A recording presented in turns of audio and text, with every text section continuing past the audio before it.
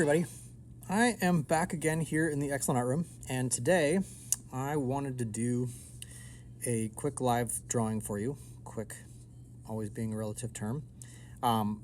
This past weekend, I was, feeling like I had some time, feeling like I actually wanted to sit in my little studio space at home and do some drawing. So it's a good thing, I guess, even though all this is so weird.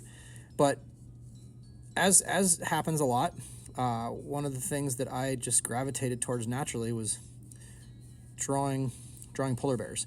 At this point, I kind of know their shapes. I know the general sort of look and feel of them, and I just like drawing them, right? And I wanted to draw to make myself feel good, to have some happy moments. Lots of other good things, about this weekend. A nice little hike with the dog, a good sort of running kind of workout with my daughter, but it was also nice to spend some time in my studio. So anyway, definitely a few mistakes here in this drawing and some things I'll change later. But like always, I'm just trying to get shapes blocked in. And I didn't really plan this out either, so I'm just kind of sitting here, imagining like a bear sitting on a sort of a rocky outcrop, maybe a little bit of grass kind of texture there. Maybe it's even kind of an overlook, right, with some sort of a drop-off. And there are no polar bears in the Methow Valley, for those of you that might be curious, where we live here in Washington State. But a number of years ago, I had the privilege of going to Alaska to see polar bears in the wild. I also grew up in Anchorage, and 4 years ago, I guess, I also did this project where I kind of advocated for protection of polar bears in the Arctic National Wildlife Refuge, and drew a lot of bears over the course of a year. So anyway, it was nice to return to that this past weekend. Let's get those mountain shapes roughed in there. I guess what's valuable about this for you, if nothing else, what I hope you take away from this is sometimes you just go for it, all right? So I sat down here, I started drawing. I didn't really even have a plan, and I am sure that I have already talked about this a little bit, but it's how you make art. It's how you learn, just by sitting down and not worrying sometimes too much about how it's going to turn out, right? I mean, this is just for me. It's just for you. It's kind of a little conversation we're having, and the stakes are pretty low. But at the same time, it's great to just be able to try some things, experiment, right? Like, okay, I want with this pen, try to take advantage of it. Take advantage of pushing a little bit harder and getting some thick lines and some kind of cool, interesting character, right? I got a rock that kind of stands in front here, and then a little bit of grassy texture, and then this other rock shape. And it's even cool how that ink can fade away a little bit. I don't need it to all be 100% solid. I think I want to do something a little bit gestural here with the way that polar bears hold their paws kind of down like that is fascinating to me. And they also have these big old claws. We can get some of those in there with the ink. Yeah, feels pretty good. Now what I want to do is I just want to layer in just a few sort of marks for interest. I'm not going to overly texture this image, with a lot of cross-hatching, because I am going to add some color here with the watercolor, which I haven't really done for you all yet. Okay, let's say it's springtime around here, so maybe there's, I don't have to even show every one of them. Maybe there's a little bit of kind of alpine sort of flowers here. And they can almost be just an impression, right? Little arching shapes and sort of swirls that kind of come together. And then where my rock cliff kind of drops off the face here, again, just some texture.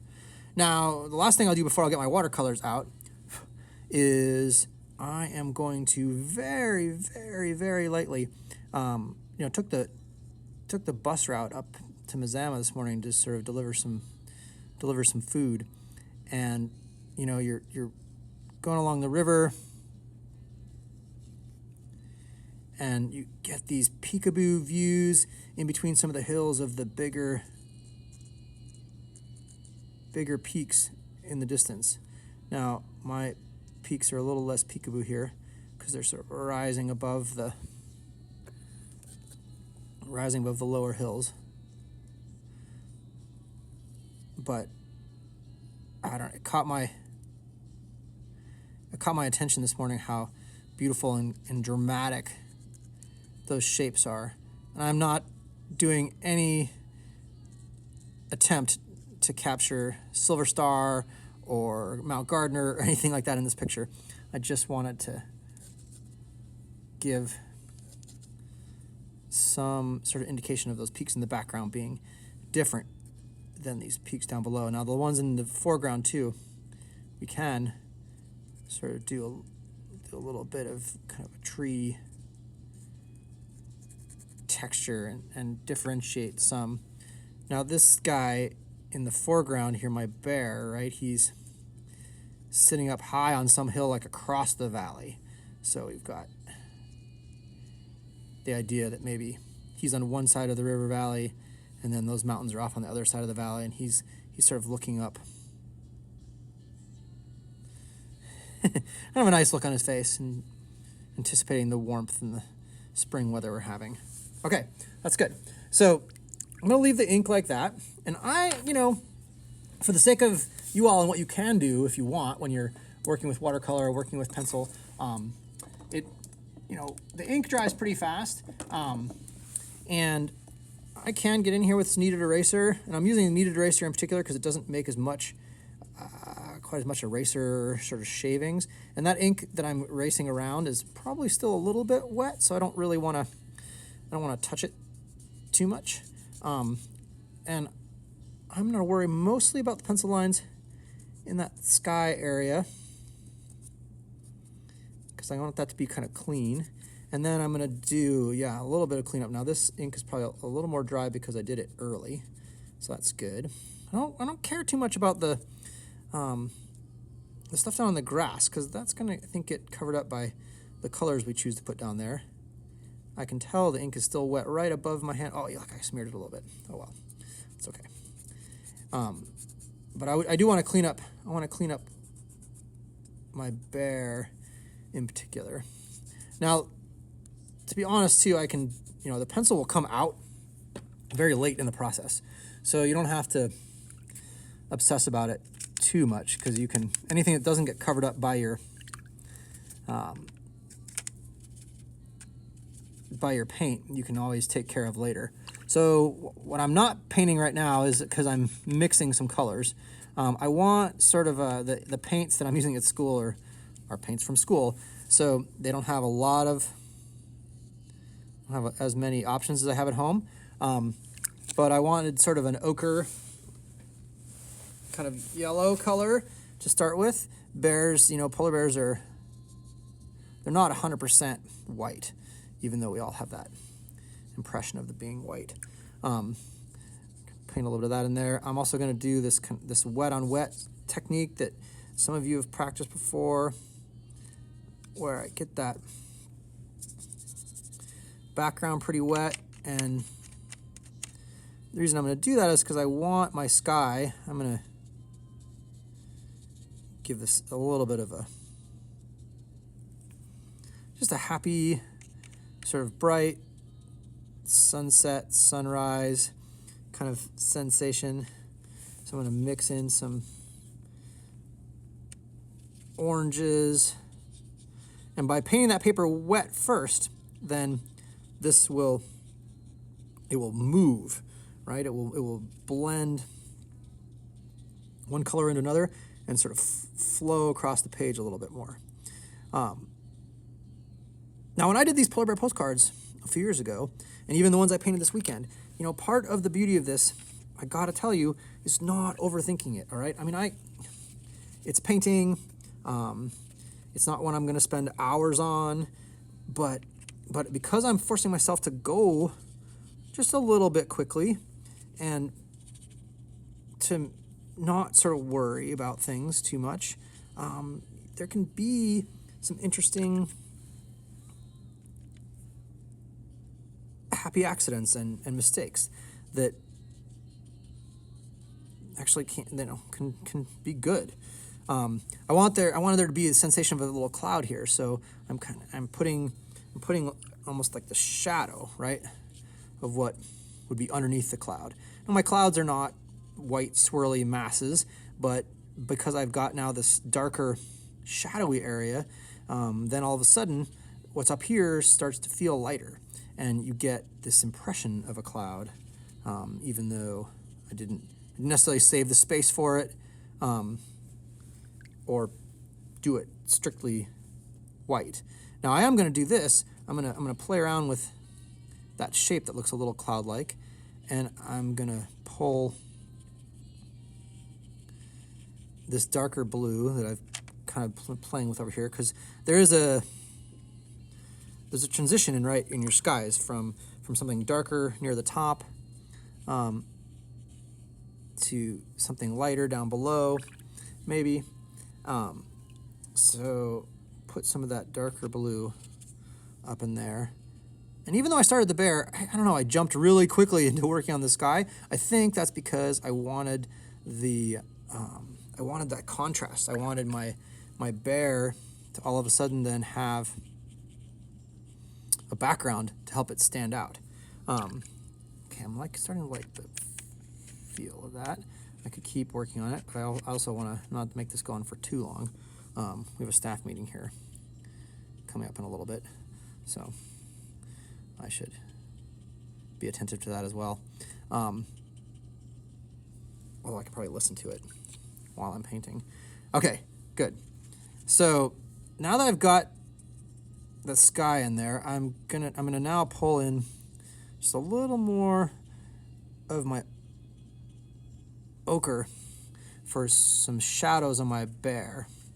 And then I'm gonna use a little bit of a darker kind of brown on the nose. I wanna keep playing with the idea of contrast. So I'm gonna paint in quickly. And as long as I'm moving fast, the paint won't dry on here and create like a hard edge. So that's good. Forces me to not spend too much time on any one part. I want this, I'm gonna make this foreground hill sort of like a little bit of a springish green, fading down. We're gonna keep the colors in the background also fairly light, and that way they will feel like they are farther away too, right? Things in the foreground can have more detail, things in the background can be lighter, and create a sense of space that way. So, and then, even though these things are farther away even still, I'm gonna mix, but one thing that's pretty awesome right now about our mountains around here, let's try like a little avalanche shoot where that snow is still trickling down along some sort of hidden channel from the tops of the peaks, right? So there's, snow's mostly gone from the valley floor.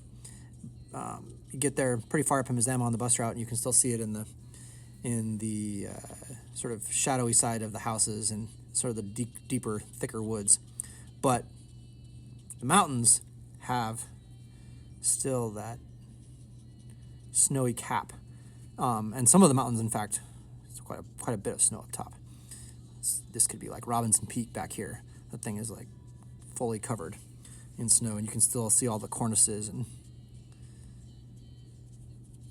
big amounts of snow that'll be there well into July and August.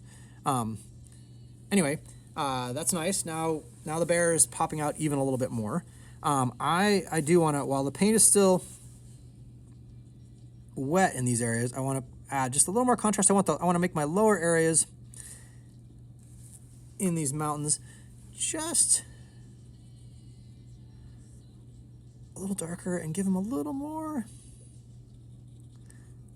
depth with that next hillside. And then the other thing that's going on here now, I'm mixing some red and some green together because I want sort of a green, but a deep green.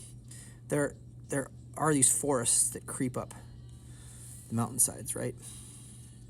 And so you have trees and things in certain places, and then it sneaks up to the snow and the rocky outcroppings.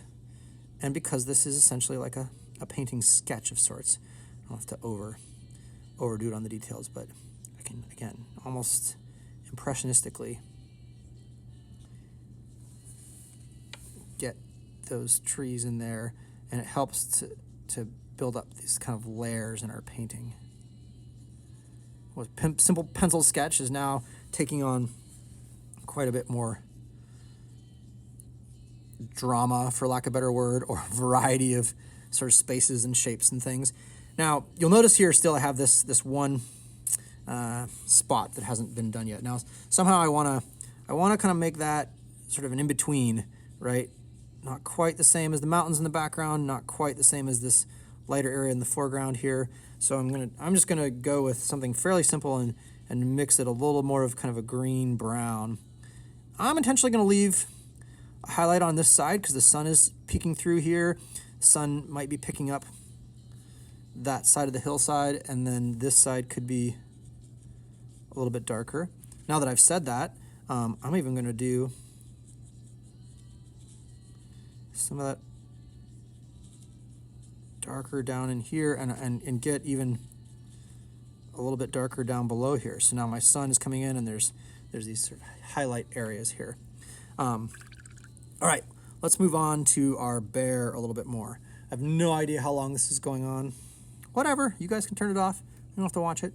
I'm having good time with it. I've got still 15 minutes before meeting, so I think I'll be able to finish this, no problem. I'm gonna take some straight up gray and paint it in here to the darker areas of that rock. The other thing I'm gonna do for kicks right now, because you can do this a little bit both ways. There's a lot of blue or sort of blue-gray in shadows. So I am taking a little bit of blue and taking a little bit of black and mixing those together right now. And then because my bear is basically blocking the sun, right, there will be a shadow cast. So I put some paint down, and now I'm gonna just work with some water and pull that paint over towards the front of this postcard. These cards, by the way, that I set up to paint on, this is really tiny. It is, I think, 4x6. You can't make them too big. I think you can go 5x7 before you have to start paying a different rate for mailing things. But yeah, technicalities. You guys don't really care about that. The other thing now that I've got this shadowy blue mixed up, I'm gonna use a little bit of it back over here. When you're doing this kind of thing, you are like taking this shadowy color here, adding a little bit in this area, adding a little bit here, and watch this too. I'm gonna water it down just a little bit more, and then I'm gonna put some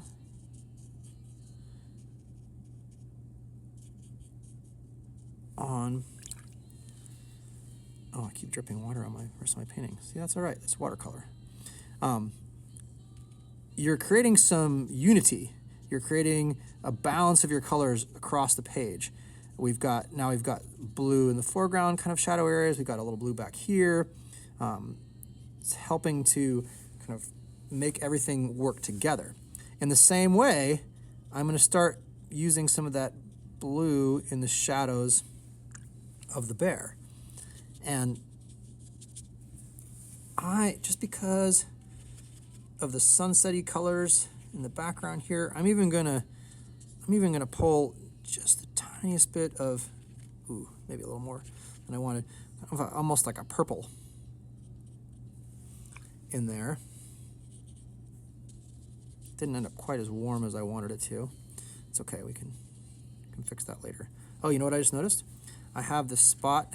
So I'm just mixing my paints on a piece of paper right here. I'm doing this pretty bare bones. You don't have to have a lot of fancy materials. But I realized that there was no green in between those legs there, so I was losing some of my contrast. Now what I'm doing is I'm taking a little bit of yellow and punching up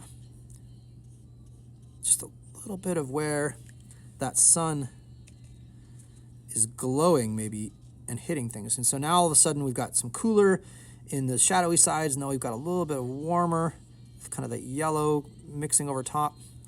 And my paints are drying here now, so, but I can still pull them around and blend things together. Last thing, let's see. I want a little more ochre paint, like a like a wheat kind of yellow is a really good one to have in your palette. I don't have one today, so I'm sort of mixing it on the fly with a little bit of yellow and a little bit of brown. I keep making it a little too brown. That's fine. I want to give a little bit more texture to the bear. Ooh, there we go. Now, because I have these kind of sunsetty colors, right? This is where it's a little bit abstracted, for sure. But I actually like, now that my shadowy parts of my bear are slightly more purple. Maybe just a personal preference, whatever. And now his whole face is, this is where sometimes you feel like you're taking risks. It's like, oh man, I'm gonna paint more purple on this bear. I don't know, polar bears are supposed to be white. But I like that. I like that.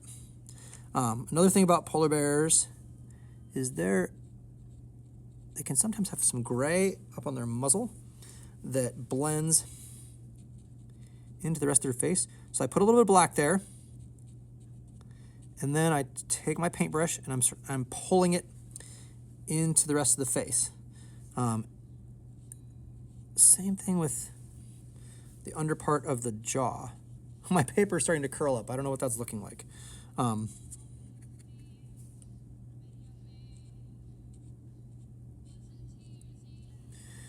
Now, two things. I wanted that gray to be a little more prevalent, but it adds just a touch of depth to that chin. I'm just going to keep going around now.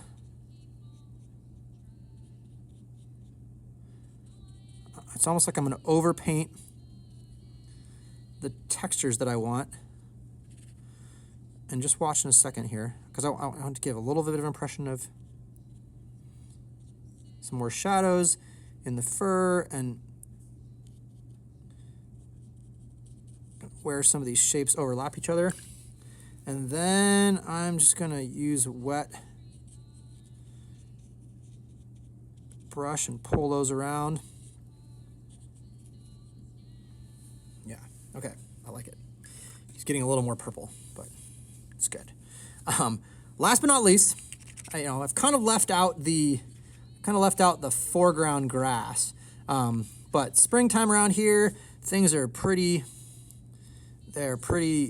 bright green. I'm gonna start down here with this bright green, and I'm gonna pull it up to a yellow, more of a straight up yellow, where the sun would be really catching just right in front of that shadow. And get that in there so it can start to dry. And while that's drying, because I'm going to put some grassy kind of brush strokes on it in a little bit. But while that's drying, then I can use a few more layers. Watercolor definitely builds up in layers. You want to work from, things in the way back like I did with the sky, towards things in the front like I'm doing in the grass. And then the last little bit that we'll do here, and again, if I was working on an even more complex painting, I might spend even more time with it. But I'm going to take some darker colors and build up a second or third layer in some of these shadowy areas, right? So we get more of that contrast and more of that separation of one piece to another. I just noticed down here I've got these other rocks on the edge of the cliff down below. Oh, and then I totally forgot. I had done all these little things that I was considering flowers in the foreground. That's okay, it's great, because my paint is still wet. So I can, boom, boom. I'm trying to get a yellow to sort of sit on the top. Now the yellow won't be super noticeable on top of that green, but it will force the green to spread out a little bit. And then the next thing I'm gonna do is I have some white here, and I'm gonna use the white, because the white will make, again, the white won't read completely solid, but it will just texture and spread out on the surface. And we're trying to give the idea of flowers too, right? We're not trying to, I mean, this is a painting that's 4 by 6 inches. So there's a certain limitation to what you can expect to accomplish in that amount of space. I'm feeling pretty happy about the way this is coming together. The next thing I'm going to do is take a little bit more of that purple, because again, we're sort of thinking about unifying the painting. I'm going to put it in the, just right up next to the feet and in the shadowy areas of some of the little plants even. And then I'm going to get a little more of my green and red. So if you mix two complementary colors like green and red, you're going to get a duller version. So we want that shadow in there. And now I'm taking a little bit of blue and black together again, because I used that early on. Oh yeah, there we go. That's feeling a little overpowering, so I stopped. There we go, there we go. And then mixed it with a little more water to create that shadow of the bear. Last thing, then we'll wrap this up, is I am just gonna, first I'm gonna pick up just the tiniest bit of yellow and put it on that little highlight of the grass there. And then I'm gonna use just the littlest bit of brown, separate those two, a little bit more brown right here, just separate the back of the bear from that hilly, yeah, that's good. And I'll do the same thing here, just tucking into those edges, just so there's a little more contrast between the bear shape and those things behind, and it helps the bear kind of come to the surface, so, or come forward. And then last thing, just use sort of a little flick with the brush, give a little bit of grassy texture in there.